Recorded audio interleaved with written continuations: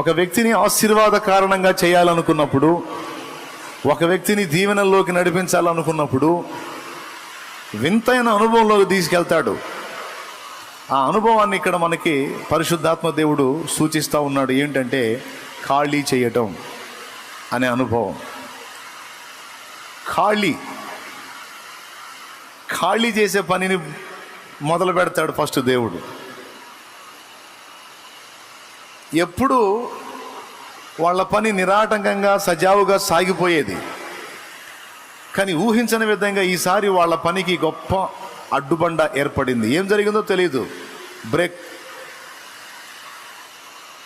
దేవుని సమయం ఆసన్నమైనప్పుడు, దేవుని చిత్తము నెరవేర్చే కాలం ఆసన్నమైనప్పుడు, దేవుని సంకల్పాల్లోకి ఇక మనల్ని ప్రయాణం చేయించడానికి దేవుడు పూనుకున్నప్పుడు ఖాళీ అనుభవంలోనికి మనల్ని నడిపిస్తాడు, మన జీవితాన్ని నడిపిస్తాడు ఆయన.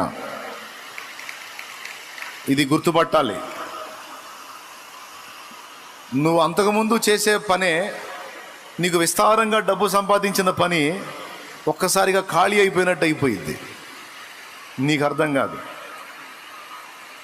ఇప్పటి ముప్పటిగా పైసలు వచ్చిన ఇదేందిరా శూన్యంగా మారిపోయింది అనుకుంటావు. నువ్వు మంచి సీనియారిటీ ఉంటుంది, మంచి అనుభవం ఉంటుంది, చాలా చురుగ్గా ఉంటావు, కానీ బ్రేక్. ఏమీ ఉండదు, అంతా ఒట్టి చేతులు అన్నట్టుగా అయిపోయింది.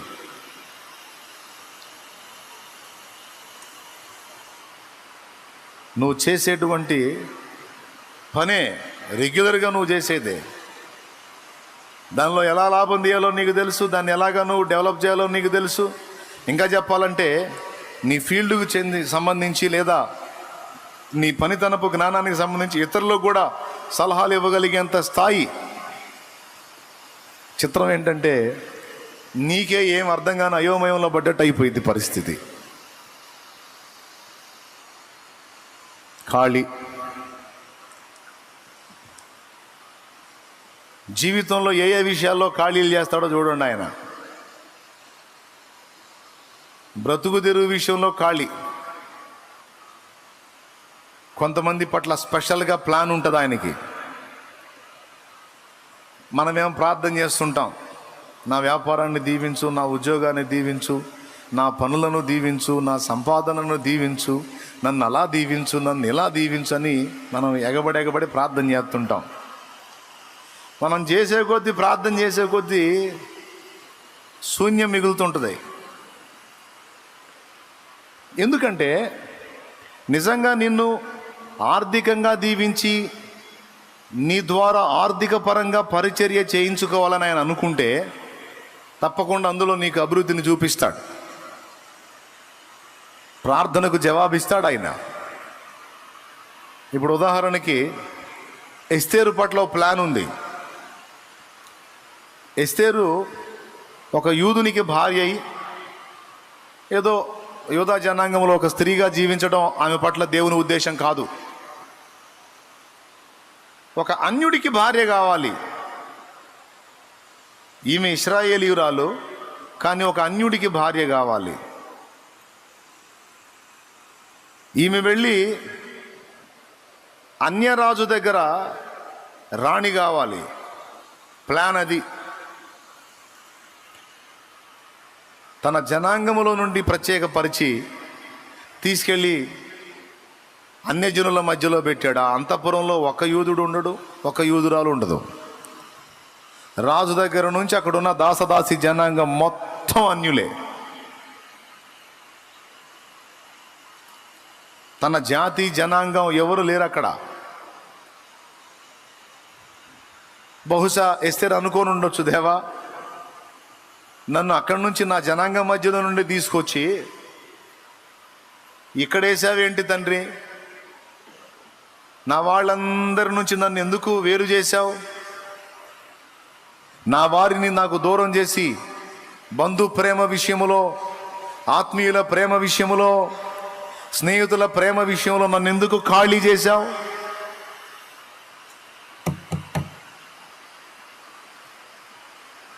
ఎస్తేరు ప్రశ్న, దానికి దేవుని సమాధానం మౌనం.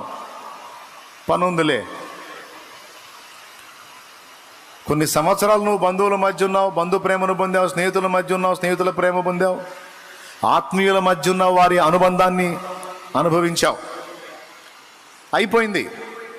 ఇప్పుడు అక్కడి నుంచి నిన్ను ప్రత్యేకపరిచి, నిన్ను స్పెషల్గా దీవించి, నీ ద్వారా వారందరికీ కలగబోయే ప్రమాదము నుండి వారిని నేను కాపాడాలనుకుంటున్నాను. నువ్వు ఎవరైతే ఆత్మీయులు అన్నావో, ఎవరైతే బంధుజనావాళ్ళు అన్నావో, ఎవరైతే సన్నిహితులు అన్నావో, స్నేహితులు అన్నావో, వాళ్ళందరికీ ఒక పెద్ద ముప్పు రాబోతుంది, ఒక పెద్ద గండం రాబోతుంది. ముక్కుమ్మడిగా ఒక్కసారి వాళ్ళందరికీ మరణము తటస్థించబోతుంది. గనుక వారందరూ బ్రతుకున్నట్లు వారందరి క్షేమాన్ని కోరి నిన్ను వారి నుండి ఎడం చేసి కొంచెం నీకు దుఃఖాన్ని, బాధని, ఆవేదనని నేను కలిగించాను.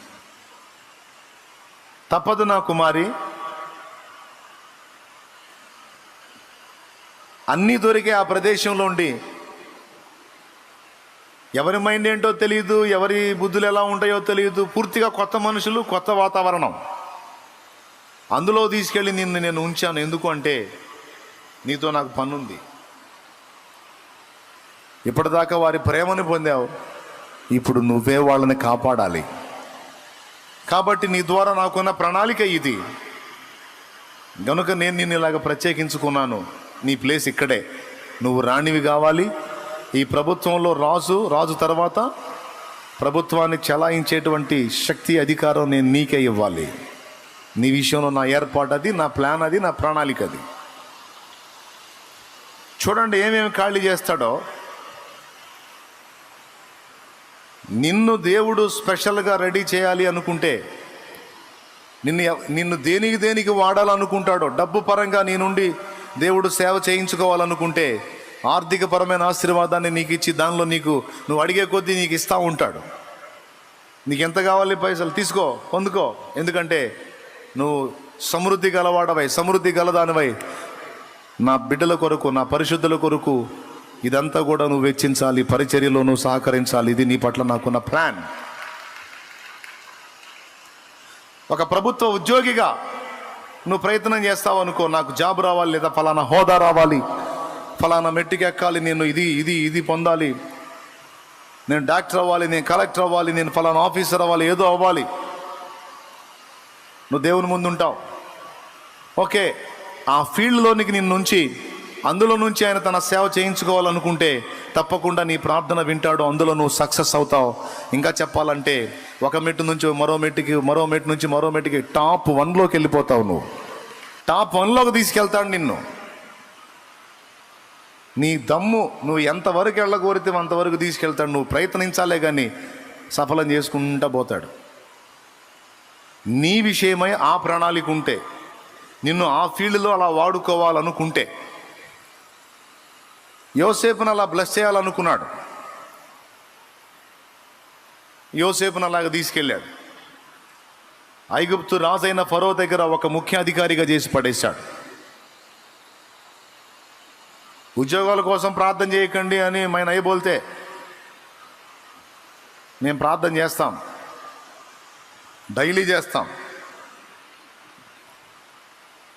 కష్టపడి చదవాలి, జాబ్ సంపాదించాలి, చెప్తాం కూడా అవసరమైతే పిల్లలకి, చదవండి, జాబ్ సంపాదించండి అని. ఉన్నతమైన ప్రదేశాల్లోకి, ఉన్నతమైన ప్లేసుల్లోనికి దేవుని పిల్లలందరూ ఎక్కాలి. ఎందుకంటే ప్రభు కొరకు.